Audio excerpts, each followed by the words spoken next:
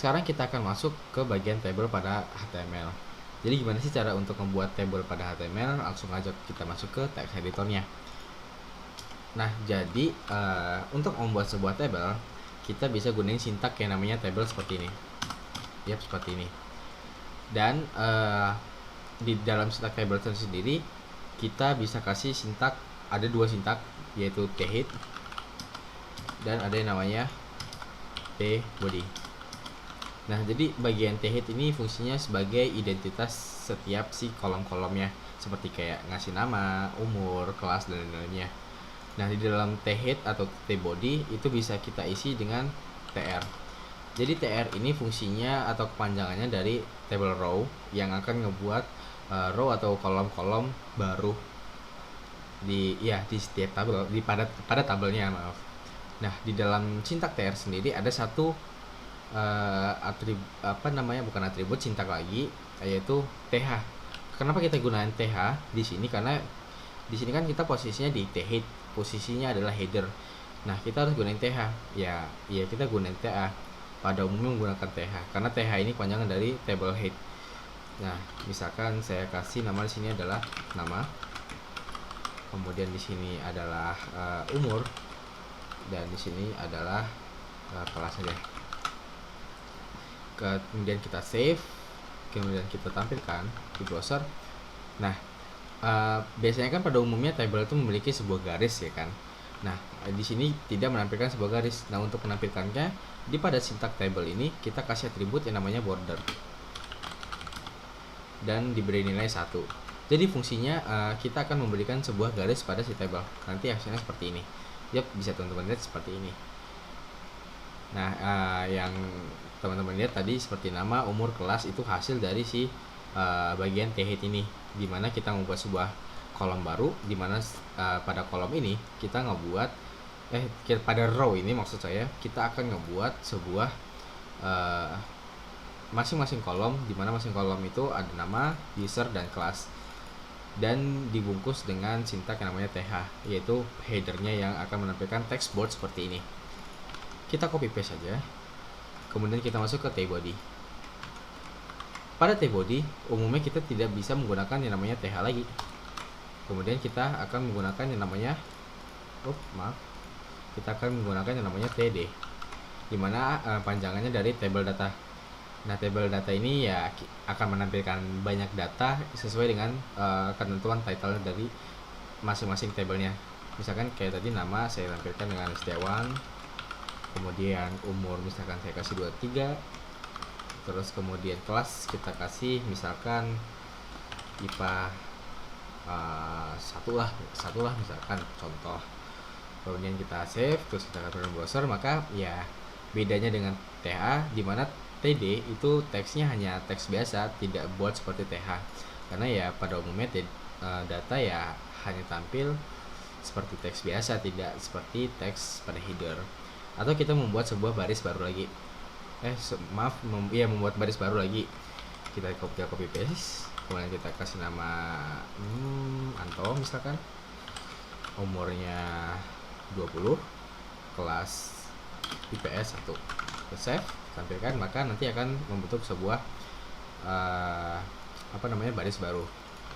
Terus kita akan berkenalan dengan atribut yang namanya callspan and rowspan. Jadi kalau callspan tujuannya untuk menggabungkan antara kolom satu dengan kolom berikutnya. Kemudian kalau rowspan itu digunakan untuk menggabungkan antara baris satu dengan baris berikutnya. Saya akan jelaskan dulu pada bagian si callspan-nya. Misalkan pada nama dan umur itu baris ini akan pada kolom ini saya akan gabungkan dengan menggunakan yang namanya callspan di bagian nama.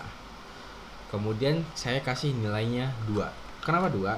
Karena kita akan mengambil nama sama umur itu digabungkan. Jadi hitungannya jadi kayak 1, yang umur ini hitungannya kedua. Jadi ada 2 nilainya, ada 2 kolom ya kalau kita gabungkan. Nah, kemudian pada kolom umur kita hapuskan, kita save, maka akan tampil seperti ini, dimana nama akan bergabung sama si umur tadi, yang dimana ada nilainya seperti ini tadi.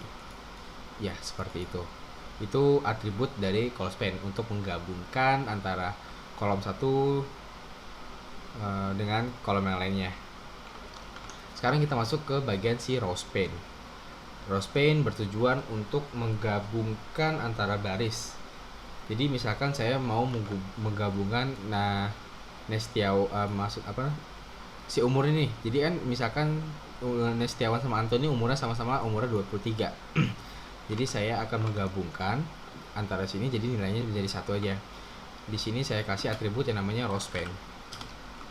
Kemudian saya kasih nilainya 2, karena yang kita gabungkan ya saya bilang tadi ada 2 baris. Dimana kemudian pada baris si Anto pada umurnya kita hapus, terus kemudian kita save, kita tampilin di browser. Maka pada umur si Anto akan memiliki nilai sama seperti Nestiawan pada umurnya tadi, yaitu sama-sama 23. Dan barisnya pun menjadi terhubung menggunakan atribut rowspan. Itu penjelasan singkat dari penggunaan table. Sekarang serta masuk ke bagian form. Pernah kita singgung pada video-video sebelumnya bahwa kita kalau ingin meregister ingin membuat sebuah akun pada halaman website, pasti kan kita harus mengisi biodata sih sebenarnya, kayak nama, umur, email, password dan lain-lain. Nah, itu kita buat di sini, itu namanya form. Jadi gimana sih caranya untuk membuat sebuah form? Nah, kita masuk ke text editornya, kemudian teman-teman bisa langsung ketik sintaknya namanya form seperti ini. Nah, form sendiri ada atribut namanya action. Action ini nanti akan kita bahas di materi PHP. Sekarang tidak terlebih dahulu. Nah, jadi di dalam form sendiri banyak inputan yang bakal bisa kita buat. Maksudnya itu banyaknya itu tipenya, kayak tipe teks, tipe number, tipe color, file, kemudian membuat select, membuat radio, dan terakhir adalah buttonnya untuk tombolnya, untuk tombol pengirimannya. Yang pertama yang saya akan buat adalah tipe inputan teks. Kita tulis aja, langsung tulis input terus enter, maka akan otomatis terbuat tipe yang namanya teks. Nah, ada atribut lain namanya names. Name ini fungsinya sebagai identitas si input ini. Misalkan name ini saya kasih namanya nama. Jadi pada input ini dikhususkan untuk mengisi nama. Nah, agar lebih jelas form ini teksnya diisi dengan apa, kita kasih atribut yang namanya placeholder. Placeholder itu adalah isiannya teks samar atau teks informasi, agar si pengguna itu tahu bahwa form ini bakal diisi apa gitu. Misalkan saya kasih contoh, isi nama kamu. Kita save, kita tampilkan di browser, maka nanti hasilnya seperti ini. Yang saya bilang tadi bahwa si placeholder tadi, atribut placeholder akan menampilkan di dalam form untuk memberikan informasi bahwa form ini akan diisi oleh nama kamu gitu. Misalkan tinggal isi apa begitu, dan tidak mengganggu sebuah inputannya yang ada di si form. Nah, bisa juga ngasih informasinya nggak harus menggunakan placeholder. Ada satu sintak yang namanya label. Nah, label ini fungsinya sebagai identitas si input juga. Misalkan nama kamu, seperti ini. Jadi intinya dia labelnya akan memberikan sebuah identitas si input tanpa harus menambahkan atribut di inputnya, akan tampil seperti ini. Nah, seperti ini. Jadi nama kamu, terus teman-teman bisa langsung isi di sini. Ya, seperti itu. Selanjutnya kita akan ngebahas tentang tipe inputan yang email. Ya, di sini kita copy paste saja langsung. Kemudian saya kasih email di sini sebagai identitasnya. Kemudian tipenya kita ganti dengan email. Kemudian name kita ganti dengan email, dan placeholdernya nggak usah ya, nggak terlalu juga sih penting. Terus kita save. Nah, untuk biar bisa mengganti jarak, kita gunain tag yang namanya block element, yaitu break, untuk memberikan jarak antara sintak ini dengan sintak si ini. Ya seperti ini. Oke, kita lagi biar lihat agak jarak. Sip, seperti ini. Jadi di sini diperuntukkan untuk mengisi nama, kemudian di sini untuk peruntukan untuk mengisi email. Makanya yang keluar adalah email-emailnya. Seperti misalkan kita mengisi input biasa, itu nggak akan bisa dan bakal error nantinya. Kita harus menginput ya apa namanya, data email yang ada nama domainnya seperti @gmail.com, @yahoo.com, @hotmail.com dan lain sebagainya. Kemudian tipe data tipe form lainnya yaitu tipe number. Kemudian kita sini kita copy paste, kita paste, di sini kita kasih nomor, kita kemudian tipenya kita ganti dengan nama nomor, nomor, dan namanya kita kasih dengan nama nomor, nomor. Kita save, kita tampilkan di browser, akan menampilkan seperti ini. Dan ini akan menampilkan angka saja dan tidak bisa diisi oleh huruf. Kalau kamu mengisinya dengan maaf, di sini tipenya bukan nomor tapi tipenya adalah number, seperti ini, menggunakan bahasa Inggris tentunya. Terus kita refresh, maka saat kita mengisi dengan teks biasa ABC dan lain-lain itu tidak bisa, hanya bisa diisi dengan nomor atau angka, istilahnya seperti itu. Oke, selanjutnya akan kita tipe berikutnya, maksudnya ada yang namanya color. Jadi di sini kita kasih aja dulu namanya warna kamu, warna kesukaan kamu. Di sini kita kasih tipenya namanya color. Ini ya inputannya berupa kode warna nantinya. Oke, kita save, terus kita tampilkan di browser. Nah seperti ini. Maka ketika klik ini kita akan diperuntukkan untuk memilih warna kesukaan kita. Jadi ya sesuai dengan tipenya, yaitu tipe color. Jadi ya kita hanya bisa memilih warna color yang kita suka, dan hasilnya nanti akan bisa berupa kode RGB atau bisa menggunakan kode hexanya gitu, atau kode HSL-nya juga pun bisa.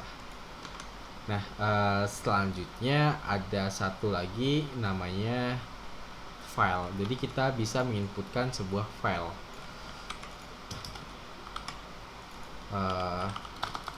Kita kasih nama upload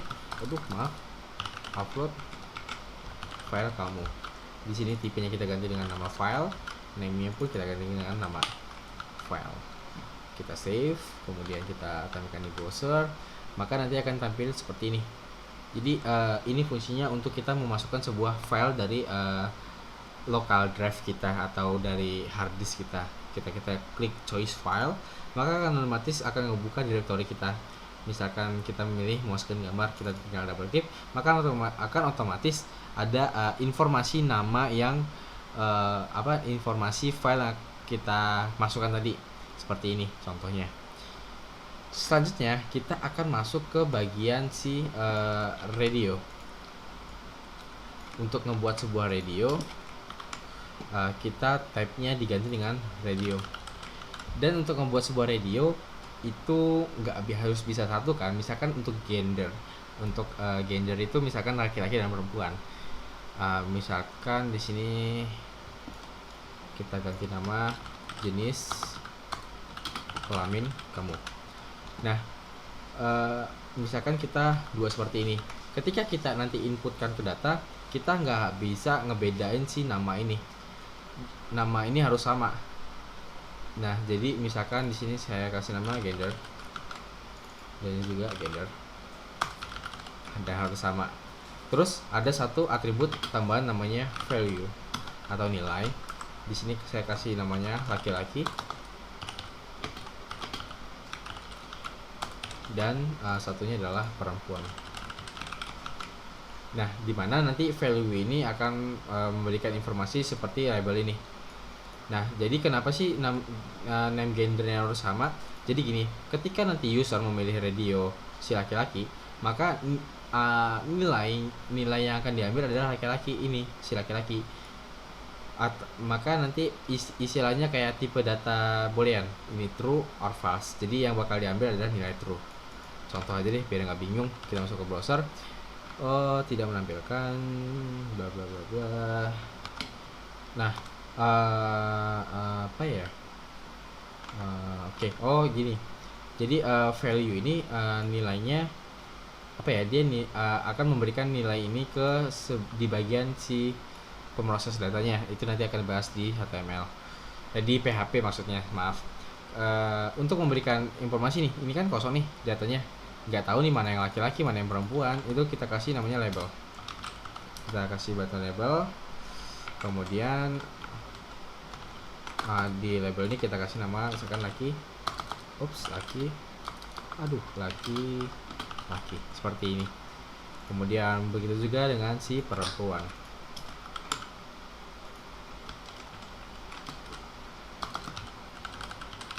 Seperti ini kita tampilkan di browser, maka dia akan memberikan informasi. Jadi yang saya bilang tadi, ketika kita memilih laki-laki, maka akan otomatis yang dikirim datanya adalah laki-laki. Ketika kita memilih perempuan, otomatis data yang akan terpilih adalah perempuan. Dan kalau misalkan nih namanya ini kita bedain, nggak kita samain, maka yang akan terjadi, yang akan terconteng ini akan bisa dua-duanya. Nah seperti ini, karena kalau misalkan nilainya sama, jadi intinya milih salah satu dari si kedua ini. Begitu untuk tipe si radio. Sekarang kita masuk ke tipe berikutnya, yaitu select. Di sini kita kasih nama label. Saya kasih nama select. Dia pilih buah kesukaan. Di sini kita kasih namanya select. Kita kasih namanya select. Seperti ini. Nah, jadi name-nya kita kasih nama buah. Nah, di dalam sintaks select ini kita kasih sintak baru namanya option. Jadi option ini nanti pilihan-pilihannya, kayak misalkan sini kayak saya kasih nanas, terus kayak kasih anggur, kemudian kayak kasih pisang. Jadi nanti value-nya ini bisa ngikutin si nanas ininya. Misalkan nanas value-nya ya nanas, anggur value-nya anggur, dan pisang value-nya adalah pisang. Nah, nanti akan tampil seperti ini. Kita kasih jarak dulu. Seperti ini. Nah, maka nanti akan pilih sebuah select, dimana nanti kita pilih anggur ya akan tampil anggur, kita pilih pisang akan pilih pisang. Nah, yang terakhir, ada satu lagi sebelum terakhir, ada yang namanya text area. Text area ini diperuntukkan untuk kita menulis atau membuat deskripsi yang panjang atau teks yang panjang. Nah, bisa teman-teman lihat bahwa kita butuh atribut yang namanya names untuk sebagai identitas pada teks areanya. Misalkan di sini pesan, ID tidak perlu, dan untuk columns dan rows itu ukuran dari si teks areanya. Untuk defaultnya adalah memang ukurannya segini, dan itu bisa dirubah. Misalkan mau jadi 60 pun bisa, 600 pun bisa. Nah, jadi misalkan sini saya kasih jarak lagi, maaf. Terus saya kasih label, saya kasih nama pesan.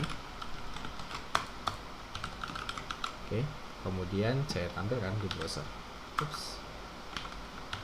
Nah, akan tampil seperti ini. Jadi kita menulis banyak dan panjang lebar itu bisa menggunakan text area. Oke, yang terakhir adalah si buttonnya. Kita bisa ada dua tipe button, yaitu namanya button seperti ini. Ada yang namanya input dengan tipe submit. Jadi keduanya ini ada beda. Saya tampilkan dulu. Misalkan kalau button ini adalah button, dan submit kita kasih value-nya, nilainya namanya ini adalah value. Submit. Kita save, kita tampilkan. Jadi ada dua tipe button. Ada ini yang dibuat oleh tag namanya button, ada yang dibuat oleh namanya tag dengan dengan inputan tipe submit.